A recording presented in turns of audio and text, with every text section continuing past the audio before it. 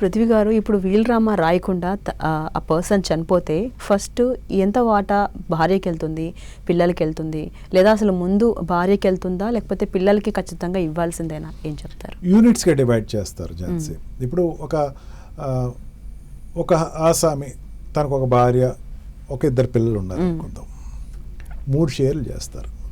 భార్యకి ఒక షేరు, కూతురికి కొడుకు ఒక షేర్ వెళ్తుంది. ఈక్వల్ షేర్స్ ఇస్తారు. ఓకే, స్వార్జితం అయితే. అండ్ భార్య లేదు, పిల్లలిద్దరికి 2 ఈక్వల్ షేర్స్ వెళ్తాయి.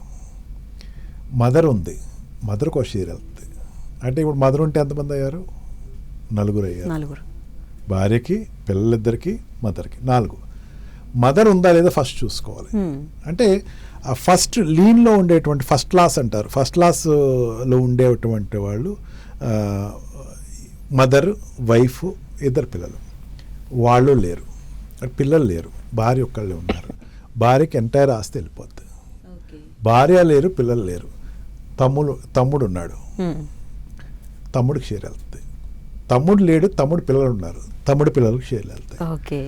తమ్ముడు కూడా లేరు, అక్కడ ఆయనకు ఉండేటువంటి చిన్నాన్నలకి వాళ్ళ ఫ్యామిలీస్ దిగుతుంది. ఆ షేర్స్ అనేది మనకి 4 క్లాసెస్ ఉంటాయమ్మా. ఆ 4 క్లాసెస్కి డివైడ్ చేస్తారు. ఎవరు లేరు, స్టేట్కి వెళ్తుంది. స్టేట్ తీసేసుకుంటుంది ఆ ప్రాపర్టీ. ఓకే.